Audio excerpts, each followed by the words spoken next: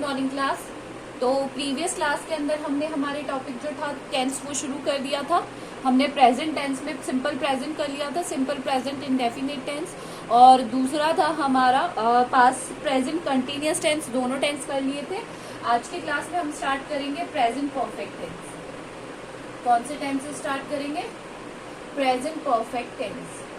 Present perfect tense में वो action आते हैं जो अभी अभी थोड़ी देर पहले ही क्या हुए हैं, फिनिश हुए हैं, या वो एक्शन आते हैं या जो अभी थोड़े टाइम पहले ही क्या हुए हैं, खत्म हुए हैं। वो कार्य, वो क्रिया जो अभी थोड़ी देर पहले ही क्या हुई है, फिनिश हुई है। इसकी जो पहचान होती है वो क्या होती है? चुका है, चुके हैं, चुकी है,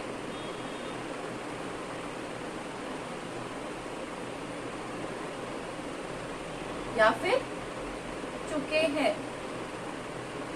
फॉर एग्जाम्पल, जैसे वह खाना खा चुका है, यानी उसने थोड़ी देर पहले अपना क्या किया है, खाना फिनिश किया है।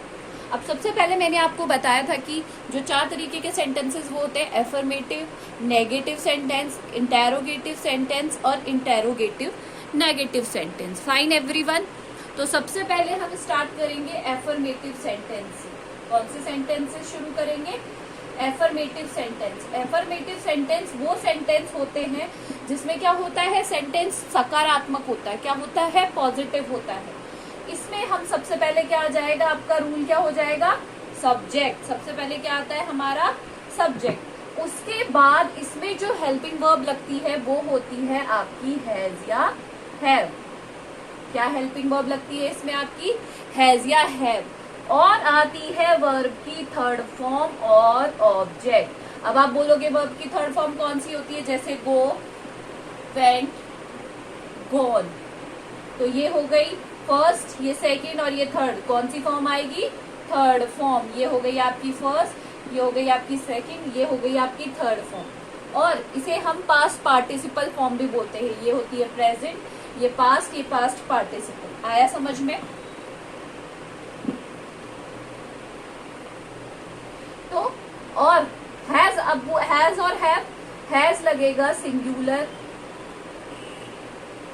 यानी एक वचन के साथ, और हैव लगेगा प्लूरल यानी बहुवचन के साथ। एक वचन कौन से होते हैं? He, she, it, I, we, you, they. इनके साथ क्या लगेगा? हैव लगेगा। समझ में आया? वह खाना खा चुका है, यानी वह क्या है? ही क्या है? सिंगुलर, तो क्या आ जाएगा इसके साथ? हैज। और ईट, कौन सी क्रिया हो रही है? खाने का एक्शन हो रहा है, तो eat, ate, eaten. Third form क्या है? ईटन। क्या खा चुका है? खाना।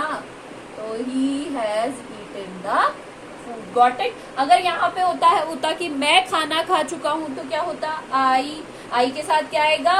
Have eaten the. फाइन, इसको लिख लीजिए। ये हो गया हमारा एफर्मेटिव सेंटेंस। कौन सा सेंटेंस हो गया हमारा? एफर्मेटिव सेंटेंस यहाँ पर हो गया है।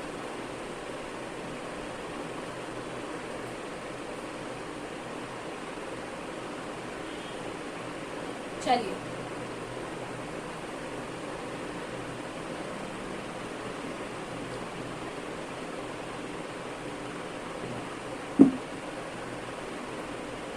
ये हो गया हमारा। अब बारी आती है नेगेटिव सेंटेंस। यानी नेगेटिव सेंटेंस की पहचान क्या होती है ना बेटा? इसमें पहले ही क्या लगा हुआ होता है? नॉट लगा हुआ होता है। जहां भी नॉट होता है वो हमेशा नेगेटिव सेंटेंस होता है। और इसको बनाने के लिए आता है सब्जेक्ट, पहले आएगी हेल्पिंग वर्ब। क्या आएगी? Helping verb. मैंने आपको बताया था हेल्पिंग वर्ब क्या होती है? हैज, हैव, जितनी भी होती है वो सारी पहले आती है सब्जेक्ट के बाद। उसके बाद आएगा नॉट। उसके बाद क्या आएगा? नॉट। फिर आएगी आपकी वर्ब की थर्ड फॉर्म और ऑब्जेक्ट। आया समझ में? यानी हेल्पिंग वर्ब के बाद और मेन वर्ब से पहले हम क्या यूज करते हैं, नॉट का यूज करते हैं। ये हमेशा ध्यान रखना कि हेल्पिंग वर्ब के बाद आएगा और मेन वर्ब से कहाँ आएगा, पहले आएगा। ठीक है। अब जैसे मैं खाना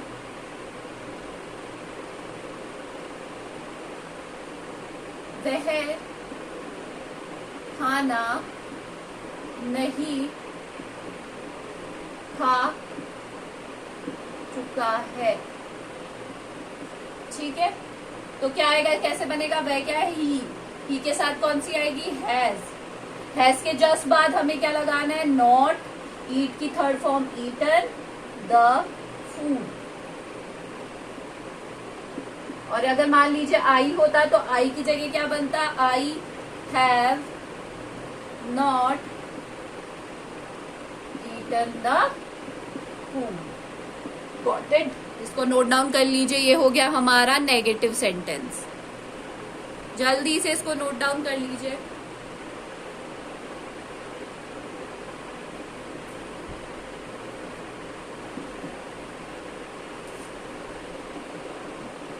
इसके बाद आता है हमारा इंटेरोगेटिव सेंटेंस। कौन सा सेंटेंस आता है, interrogative sentence. Interrogative sentences are used for asking question, question पूछने के काम आते हैं, है ना।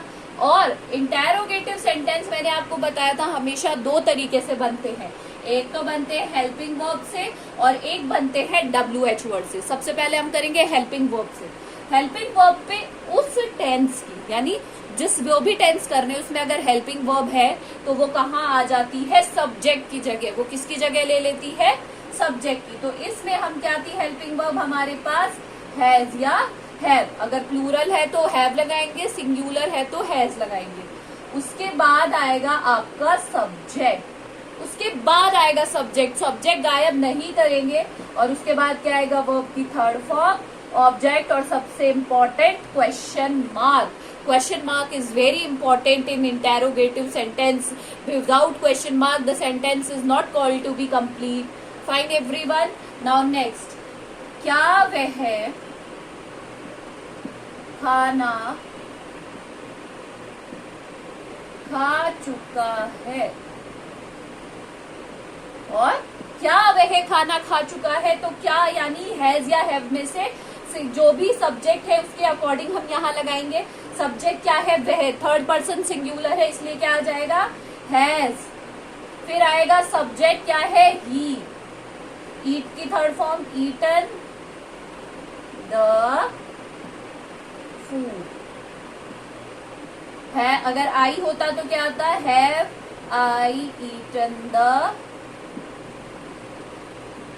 फूड। गॉट इट, आया समझ में। तो ये हो गया हमारा कौन सा सेंस हो गया, ये हो गया हेल्पिंग वर्ब से। अब हम करेंगे WH वर्ड में। WH वर्ड कौन से होते हैं, who, when, where, why, whose, whom, how। ये सब क्या होते हैं, WH वर्ड होते हैं जो कि क्वेश्चन पूछने के काम आते हैं। तो WH वर्ड आ जाएगा और उसके बाद सब्जेक्ट की जगह हमेशा WH वर्ड आ जाएगा। उसके बाद जो भी हेल्पिंग वर्ब रहती है वो, फिर आएगा आपका वर्ब की थर्ड फॉर्म। बाकी सेंटेंस सेम रहेगा, सिर्फ सब्जेक्ट की जगह जो भी आपको WH वर्ड है उस सेंटेंस में रिलेटेड वो आ जाएगा। अब जैसे वह खाना खा चुका है, तो इसका क्या बनेगा, कौन खाना खा चुका है। क्या बन जाएगा इसका, कौन खाना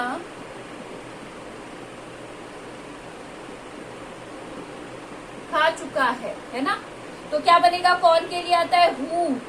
अब सिंगुलर है प्लूरल है ये हमें नहीं पता, तो इस केस में हम हमेशा कौन सी हेल्पिंग वर्ब लगाते हैं, सिंगुलर की। Who has eaten the food, who has eaten the food. तो इसका आंसर हमेशा एफर्मेटिव सेंटेंस में आएगा, इंटेरोगेटिव सेंटेंस का। अगर नॉट होता, who has not eaten the food, तब आता वो किस में आएगा, इंटेरोगेटिव नेगेटिव में।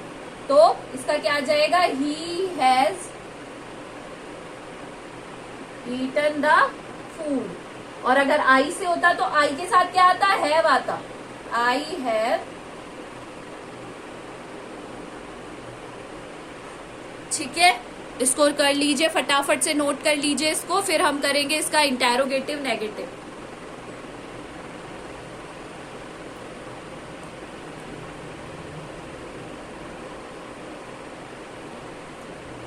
हो गया?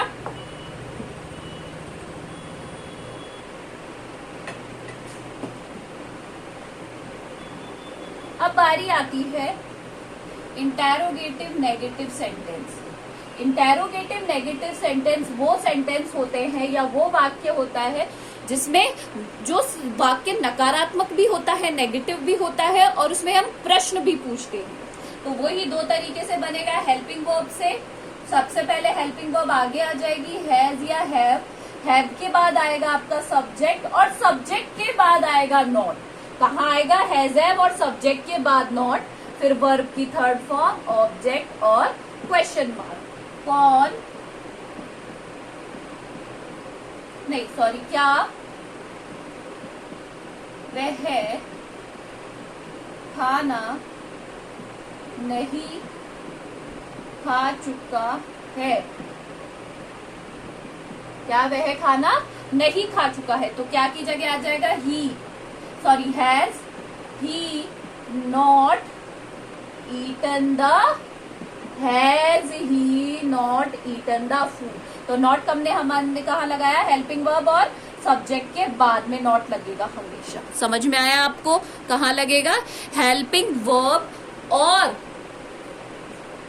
सब्जेक्ट के बाद में। अब ये तो हो गया हेल्पिंग वर्ब से, है ना?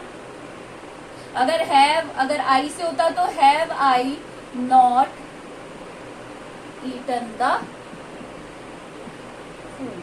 ठीक है, गॉट इट? चलो, अब ये है WH वर्ड से, तो WH वर्ड सब्जेक्ट की जगह ले लेगा। सब्जेक्ट के बाद आ जाएगा, मतलब WH वर्ड के बाद आ जाएगा आपका हैज या हैव। क्या आ जाएगा? हैज और हैव।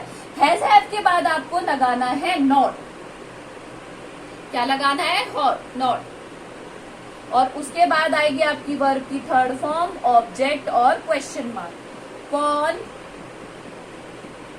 खाना नहीं खा चुका है? और यहाँ आ जाएगा आपका क्वेश्चन मार्क। तो कौन की जगह क्या आ जाएगा? हु की जगह आ जाएगा हैज के बाद आ जाएगा not eaten the food. Who has not eaten the food. ये क्या हो गया? इंटेरोगेटिव नेगेटिव हो गया। तो अब इसका आंसर आ सकता है आई हैव, क्योंकि हमारे पास जब भी हमें पता नहीं होता कि सब्जेक्ट सिंगुलर है या प्लूरल है, तो हम हमेशा सिंगुलर की उसमें क्या लगाते हैं? हेल्पिंग वर्ब लगाते हैं। तो I have not eaten the food, इसका ये आंसर भी हो सकता है, इसका ये आंसर भी हो सकता है, he has not eaten the food. Fine everyone. तो आज हमारा प्रेजेंट परफेक्ट टेंस कंप्लीट हो चुका है। Do these rules in your copy with the examples each. That's all for today. Thank you.